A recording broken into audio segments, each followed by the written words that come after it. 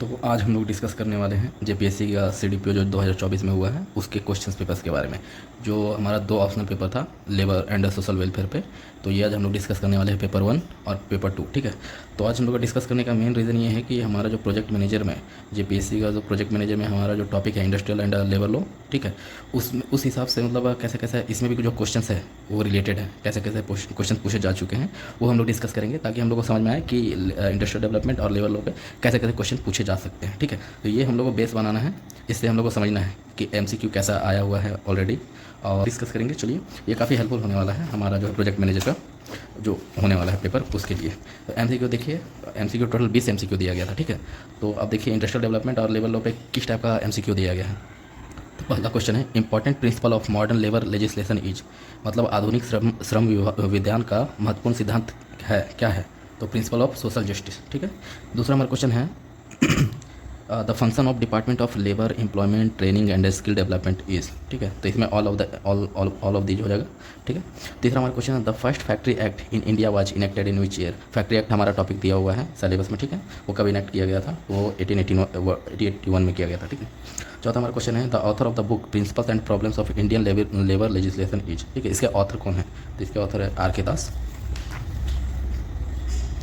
तो पांचवा हमारा क्वेश्चन है the fundamental rights in the Indian constitution directly related to labour and labour legislation is, तो इसमें सारा हो जाएगा। छठा हमारा क्वेश्चन है in which article of the constitution of India provision of right to work has been made. ठीक है, राइट टू वर्क इसमें है, तो वो है आर्टिकल 41। सातवां हमारा क्वेश्चन है laws on wages is concern with, इसमें सारा हो जाएगा। आठवां हमारा क्वेश्चन है ये तो खैर जरूरी नहीं है, इसको भी पढ़ देते हैं। The maternity benefit under the maternity benefit act 1961 is payable for, ये 12 वीक के लिए पेबल है। नौ हमारा क्वेश्चन है in order to get the best out of a worker in the matter of production working conditions required to be improved to a larger extent has been realise by, तो ये planning का mission हो जाएगा। 10वां हमारा question है equal remuneration act came into force in, ये 1976 में आया था। Minimum wages is fixed on the basis of, तो इस पर दोनों हो जाएगा। फिर हमारा 12 question according to the wages payment act 1936 which one of the following is not included in the definition of wages, इसमें से कौन इंक्लूड नहीं था। ठीक है, तो इसका भी आंसर थोड़ा सा नहीं मिल पा रहा है, तो इसको बाद में हम लोग कर लेंगे। 13वां हमारा क्वेश्चन है which one is not a regulative labour legislation, ठीक है, कौन नहीं है, तो ये हो जाएगा।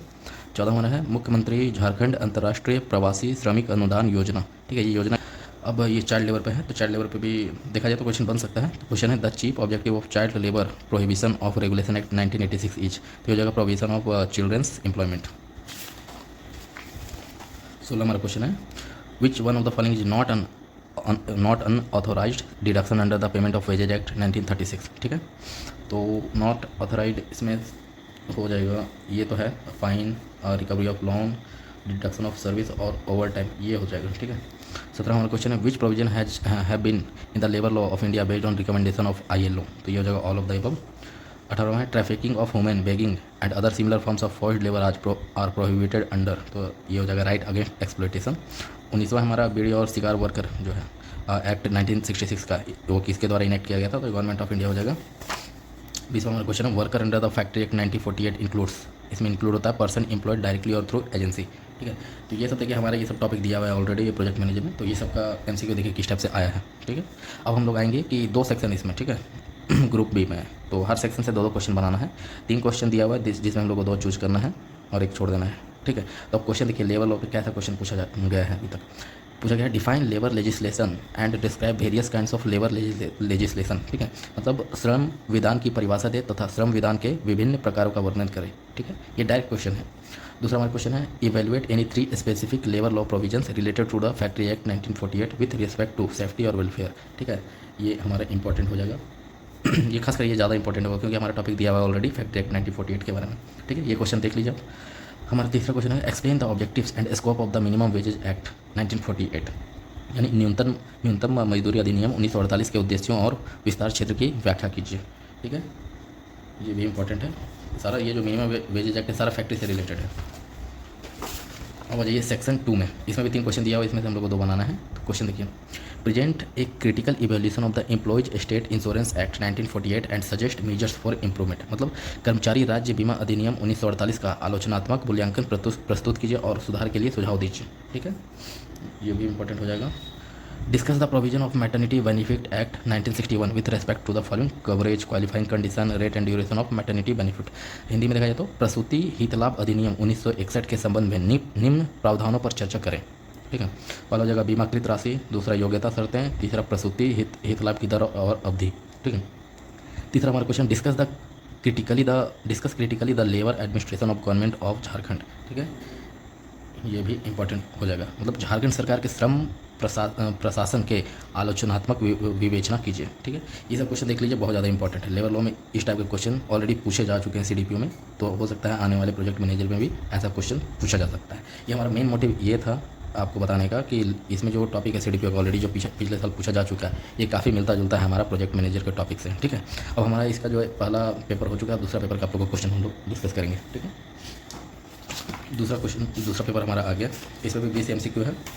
तो MCQ में देखा जाए तो इंडस्ट्री से रिलेटेड ज़्यादा नहीं है, जो इंपॉर्टेंट वो हम आपको बता दे रहे हैं। जैसे दूसरा नंबर क्वेश्चन देखिए, the scope of industrial relation include. ठीक है, तो ये सारा इंक्लूड होता है, trade union, employers organisation, industrial dispute. ठीक है, तीसरा हमारा क्वेश्चन देखिए, according to the industrial dispute act 1947 such disputes come into consideration which occur between. ये सारे पे अकर होता है, एम्प्लॉयर्स और वर्कर पे भी, एम्प्लॉयर्स और एम्प्लॉयर्स में भी, वर्कर्स और वर्कर्स में भी, तो सारा हो जाएगा। ठीक है, तीसरा हमारा क्वेश्चन है the oldest trade union in India. सबसे ओल्डेस्ट ट्रेड यूनियन हमारा AITUC, मतलब all India trade union Congress.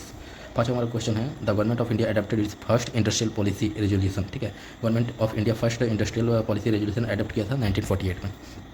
छठा हमारा question in which year the trade union act was enacted. ये इनेक्ट किया गया था 1926 में। हमारा सातवां क्वेश्चन है establishment of socialism is what type of objective of the trade union. तो इसमें दोनों हो जाएगा, short term objective plus long term objective दोनों है। आठवां हमारा क्वेश्चन है meaning of the social security is to help in case of. ये सारे पे हेल्प करता है, ओल्ड एज और accidental inabilities, sickness and maternity, unemployment and death of earners. ठीक है, नौवां हमारा हो जाएगा मिड डे मील, ये इंपॉर्टेंट नहीं है। 10वां हमारा हो जाएगा नेशनल मिशन, ये भी इंपॉर्टेंट नहीं है। 11वां हमारा question standing labour committee is operated at, ये ओनली सेंट्रल लेवल पर ऑपरेट किया जाता है। 12वां हमारा क्वेश्चन है ये उतना ज़्यादा इंपॉर्टेंट नहीं है, इसको छोड़ सकते हैं। ये भी नहीं है इतना ज़्यादा, ये भी नहीं, ये भी नहीं, ये भी उतना ज़्यादा ज़रूरत नहीं है, ये भी नहीं है। ये झारखंड से रिलेटेड क्वेश्चन है, स्कीम से रिलेटेड मेनली क्वेश्चन है। जो इंडस्ट्रियल से रिलेटेड और लेवल से रिलेटेड था वो डिस्कस करवा चुके हैं। ठीक है, ये भी इंपॉर्टेंट नहीं है। अब ग्रुप बी में आ जाइए, जिसमें सेक्शन 2 है। सेक्शन 1 में देखिए तो 3 क्वेश्चन है, जिसमें 2 हम लोग बनाना है। ठीक है, तो इसमें देखिए इंडस्ट्रियल रिलेशन से कैसा क्वेश्चन पूछा जा चुका है। Explain the concept of industrial relations and discuss it's scope, मतलब औद्योगिक संबंध की अवधारणा की व्याख्या करें और इसके विस्तार क्षेत्र का विवरण दीजिए। ठीक है, ये भी इंपॉर्टेंट हो जाएगा। डिफाइन ट्रेड यूनियन किसको बोलते हैं और उसका ऑब्जेक्टिव बताइए। ठीक है, ये भी इंडस्ट्रियल से रिलेटेड हम लोग अगर पढ़ रहे हैं तो उसमें ट्रेड यूनियन आएगा ही आएगा। ठीक है, और 23वां हमारा क्वेश्चन है explain the unitary and Marxist approach of industrial relation. ठीक है, अब आ जाइए आप सेक्शन 2 में। सेक्शन 2 में देखिए question explain the power and duties of conciliation board as per the industrial dispute act 1947, मतलब औद्योगिक विवाद अधिनियम 1947 के अनुसार सुलह बोर्ड की शक्तियों और कर्तव्यों की व्याख्या करें। ठीक है, 25वां हमारा क्वेश्चन है explain the role of Jharkhand state livelihood promotion society in livelihood project. ठीक है, और 26वां हमारा क्वेश्चन है throw light on the role of government of Jharkhand in the field of women's welfare, मतलब महिला कल्याण के क्षेत्र में झारखंड सरकार की भूमिका पर प्रकाश डालिए। ठीक है, ये हमारा टोटल हम लोग दोनों डिस्कस करवा चुके हैं। इसमें देखिएगा जो भी हम लोग अभी डिस्कस करवाए हैं इसमें काफ़ी इंपॉर्टेंट हो जाएगा हम लोग के लिए, प्रोजेक्ट मैनेजर के लिए। अगर इस टाइप के क्वेश्चन को हम लोग अगर लेकर चलें कि तो हम लोग के लिए काफ़ी हेल्पफुल हो जाएगा पढ़ने में और आसानी हम लोग को हो जाएगा। ठीक है, तो ये सबको बढ़िया से देखिएगा। इसके बाद और हम लोग कोशिश करेंगे कि कुछ और भी ऐसा क्वेश्चन लेकर आए जो हम लोग को प्रोजेक्ट मैनेजर में काफ़ी हेल्प करेगा। तो अभी तक के लिए इतना ही, और फिर मिलते हैं आपसे नेक्स्ट वीडियो में।